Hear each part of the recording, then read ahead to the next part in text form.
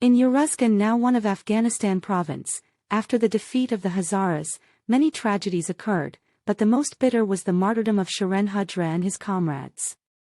When army of Abd al-Rahman entered Uruzgan, they committed rape, looting.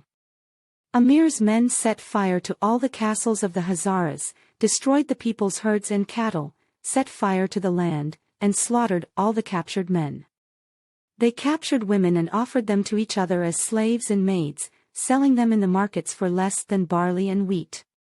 As Uruzgan was about to be defeated and destroyed, some brave and reckless women of Uruzgan took up firearms and swords, starting to fight and flee with Amir's army.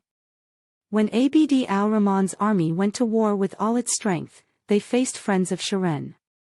Shirin, like a seasoned general, joined the battle head-to-head and fought with his companions until the last strength, finally reaching Chel Hill. Shirin climbed the mountain with his friends, and Amir's army followed them. At the last peak of the mountain, finally, the enemy arrived a few steps away from Shirin and his companions. Shirin told his friends that there was no way back and no way to escape. The enemy was just a few steps away.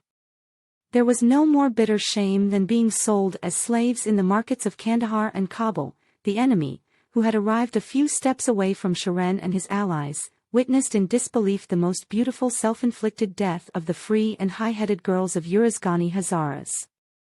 They were surprised to see that 40 high-flying eagles of Hazara flew hand in hand from the top of the mountain and descended down the mountain with unparalleled splendor. This tragedy was so horrible and sad that Shirin's enemies and his allies returned and left Uruzgan forever in shame. The men and women of Hazaristan called the mountain the 40 Daughters Mountain and considered it an eternal covenant to defend the land and the aspirations of the millennials.